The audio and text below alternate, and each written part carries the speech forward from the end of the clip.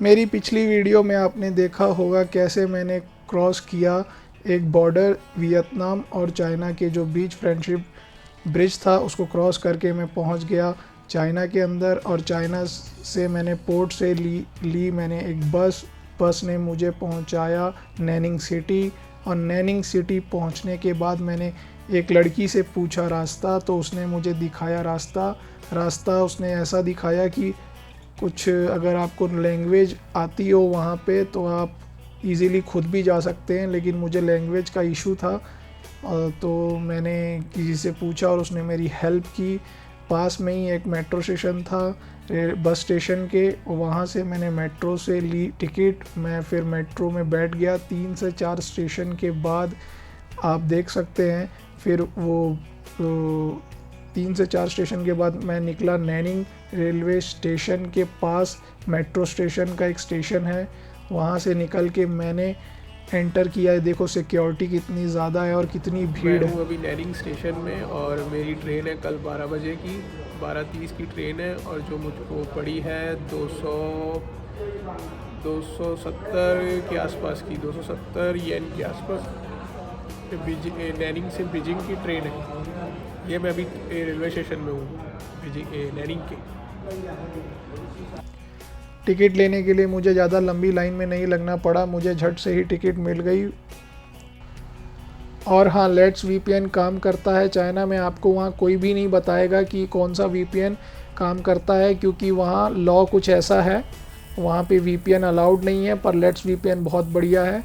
ऐसे आप railway station से बाहर आते हैं, मैं बाहर इसलिए आया था कि मुझे कुछ खाने का लेना था। अंदर खाना महंगा था, बाहर खाना सस्ता था। ये वो डिस्प्ले हो रहा है मेरी ट्रेन का जो मैंने टिकट ली थी, K22 मेरी ट्रेन का नंबर था। और ऐसे देखो, मेरे को तो बहुत ज़्यादा अच्छा लगा इनका सिस्टम, इंडिया के कंपैरिजन में बहुत ही अच्छा है। आप कोई भी आदमी प्लेटफॉर्म में नहीं जा सकता अगर उसके पास टिकट नहीं है। वो यहाँ पे 3 से 4 चेक पॉइंट से निकल कर आदमी जाता है, और आपको ट्रेन के आने के पहले आना पड़ता है, चेक इन करना पड़ता है जैसे एयरपोर्ट में होता है। अगर आप पहले नहीं आते तो आप हो सकता है कि आपकी ट्रेन छूट जाए। 20 मिनट 10 मिनट पहले ही ट्रेन छूट जाती है वहाँ पे अपने टाइमिंग से। तो ये वो नूडल्स हैं जो वहाँ पे बहुत ज़्यादा मैंने देखा लोगों को खाते हुए, तो मैंने भी ट्राई किया। ये मेरा फर्स्ट टाइम था। और हाँ, मैंने वहाँ पे देखा बहुत सारे बुज़ुर्ग लोग जो कि अपनी वीडियो बनवा रहे थे। मेरे को नहीं लगता कि ज़्यादा ट्रैवल करते हैं यहाँ के लोग।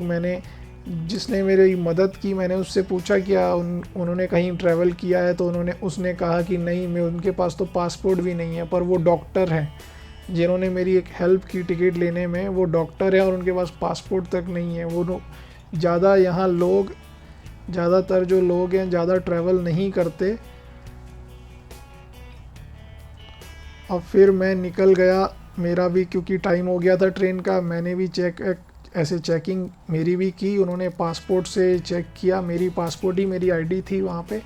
फिर मैं ट्रेन के अंदर गया, मैंने टिकट दिखाई तो उन्होंने मेरी हेल्प की अंदर जाने में। फिर मेरी मुझे सीट तक पहुँचाया। फिर मैंने अपना बैग रख दिया ऊपर, और फिर मैं अपना चुपचाप जाके बैठ के देखने लगा कि यहाँ पे लोग कैसे रिएक्ट करते हैं। वैसे मुझे इतना ज़्यादा रेसिज्म फील नहीं हुआ। रेसिज्म फील नहीं हुआ, नहीं के बराबर ही हुआ, क्योंकि वो लोग बस हैरान होते थे कि एक इंडियन घूमने आ रहा है। तो जब वो उनको पता लगता था ये इंडियन है, इंडियन को वो हिंदू कहते हैं, तो हिंदू को जैसे ही उनको पता लगता था इंडियन है, हिंदू है, तो वो लोग पूछते थे यहीं क्यों घूमने आया है, कहीं और क्यों नहीं गया। तो मैंने काफ़ी लोगों को अपना पासपोर्ट भी दिखाया कि ये देखो, मैं और भी जगह घूमने जाता हूँ, मैं एक ट्रैवलर हूँ।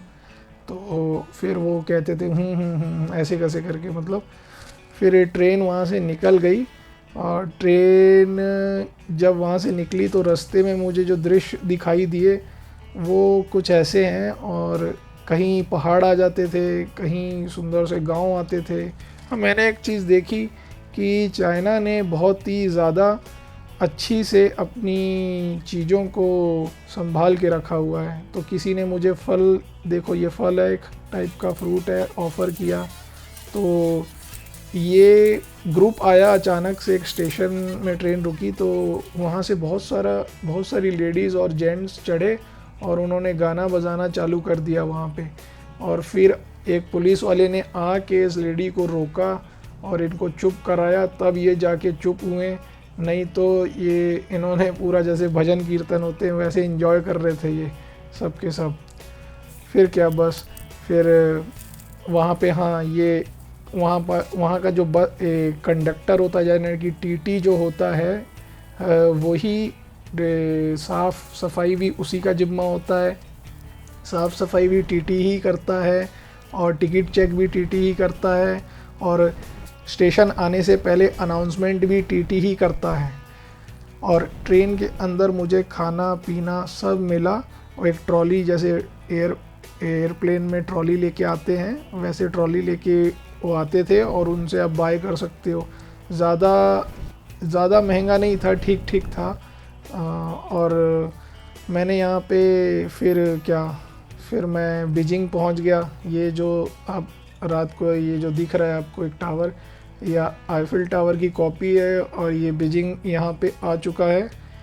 और बीजिंग जैसे ही मैं पहुँचा, बीजिंग पहुँचते पहुँचते जो ठंड का लेवल था वो धीरे धीरे बढ़ रहा था और ठंड बहुत ज़्यादा बढ़ चुकी थी। जैसे ही मैंने कदम रखा रेलवे स्टेशन में, ओ भाई बहुत ज़्यादा ठंडा था, बहुत ज़्यादा। मैं इस ठंड के लिए कपड़े नहीं लाया था, मुझे इतनी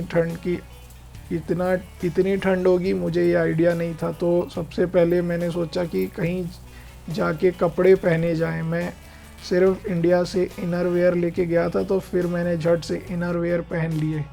ये मेरी फ़ोटो है बीजिंग रेलवे स्टेशन के बाहर की। आगे की वीडियो में आप देखेंगे